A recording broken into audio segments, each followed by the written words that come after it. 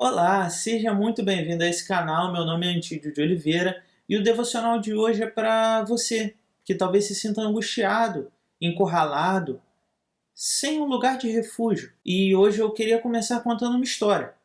Essa história se passa na região central da Nova Guiné, entre um povo canibal chamado Iali. Ela foi narrada no livro O Fator Melquisedeque de Don Richardson.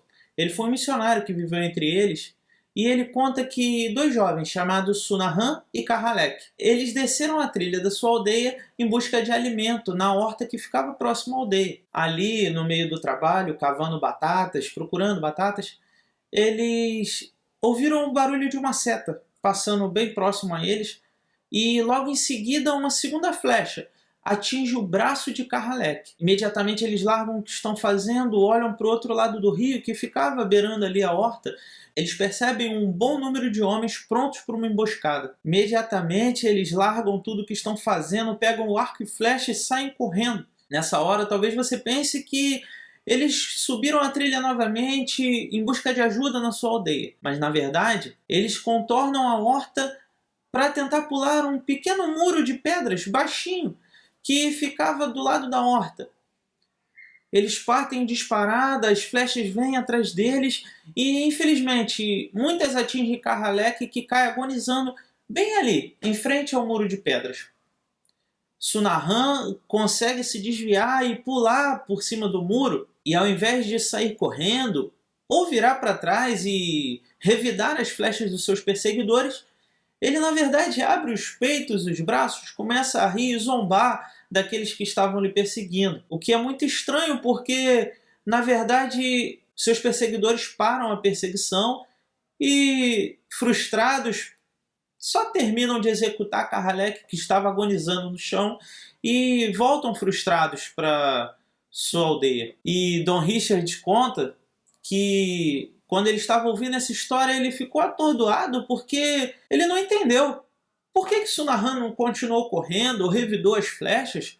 Ou por que aqueles inimigos não continuaram a perseguição, não atiraram flechas em Sunahan, que estava ali com o peito aberto, zombando deles? E aí quem estava contando essa história para Don Richardson explica para ele um conceito muito interessante entre o povo Iali, o povo canibal Iali. Era uma lei muito forte entre eles, que era o Ussuá, ou Ossuá, que significa literalmente lugar de refúgio.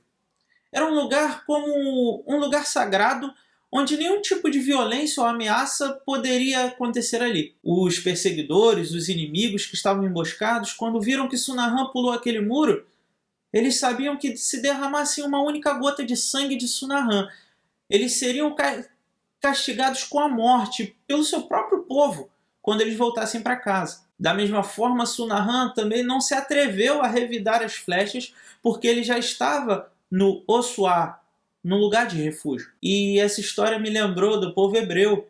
Me lembrou de Josué 20, na verdade. Josué capítulo 20, quando, por ordem de Deus, através de Moisés, Josué manda construir as cidades de refúgio. Essas cidades eram 6 cidades, 3 ficavam a leste do Rio Jordão e 3 ficavam a oeste do Rio Jordão. Elas serviam de refúgio para todos aqueles que sofressem qualquer tipo de ameaça de morte. Na lei judaica, se você cometesse um homicídio culposo, aquele homicídio que não foi sua intenção, foi um acidente, e alguém quisesse vingança, quisesse retribuir na mesma moeda, você poderia se refugiar nessas cidades e ali nem o mal poderia te acontecer até que fosse julgado pelo sumo sacerdote. Contam os historiadores que as estradas que davam a essas cidades eram as mais retas de toda a Palestina. Eram mantidas em excelente estado. E também elas ficavam no topo, nos lugares mais altos, para que aquele que estivesse sendo perseguido, ele pudesse avistar de longe e chegasse ao lugar de refúgio. Se ao final do julgamento o sumo sacerdote declarasse que você era inocente, você estava livre de toda a culpa e ninguém poderia te fazer mal. Mas se fosse julgado culpado, você seria entregue aos seus perseguidores e ali sofreria o dano, sofreria a vingança. a chamada lei de Talião, olho por olho, dente por dente. Essas cidades, elas tinham um significado e um simbolismo muito grande no povo judeu. O próprio Davi, no Salmo 31, ele fala: Senhor, em ti me refugio, não serei jamais envergonhado. Aquele que fosse julgado pelo sumo sacerdote, culpado pela morte, culpado pelo sangue, dizia-se que ele estava sendo envergonhado. E no verso 2 do capítulo 31 de Salmos, Davi vai falar: Senhor, livra-me por tua justiça.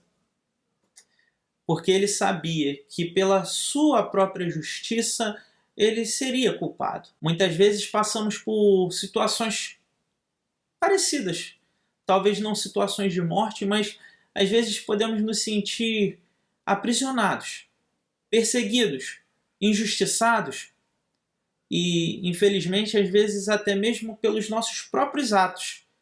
E sabemos que estamos colhendo apenas consequência daquilo que fizemos, ou de algumas atitudes que tomamos ou deixamos de tomar. Mas, na verdade, Davi estava clamando pela justiça de Deus. E a justiça de Deus diz que um inocente seria morto por muitos culpados. O próprio Deus entregou o seu filho inocente como um cordeiro sem culpa, em prol de toda uma humanidade pecadora, cheia de culpa pelo pecado, mas ainda assim, ele entrega por puro amor por cada um de nós. Davi, ele clama pela justiça do Senhor e não pela sua própria, porque ele sabia que na sua própria ele seria culpado de muitos crimes e muitas coisas. Talvez você esteja se sentindo nessa situação, se sentindo dessa forma, mas eu queria te dizer que não há lugar melhor e não há outro refúgio do que o nosso Senhor Jesus Cristo. Ele sim é a nossa cidade, a nossa fortaleza, o socorro bem presente na angústia. Ele sim é a cidade de refúgio, onde podemos nos agarrar, onde podemos encontrar abrigo e jamais seremos envergonhados. Na história que contamos, Sunahan corre para o pequeno muro de pedras. Davi refugia-se no Senhor. Mas e você?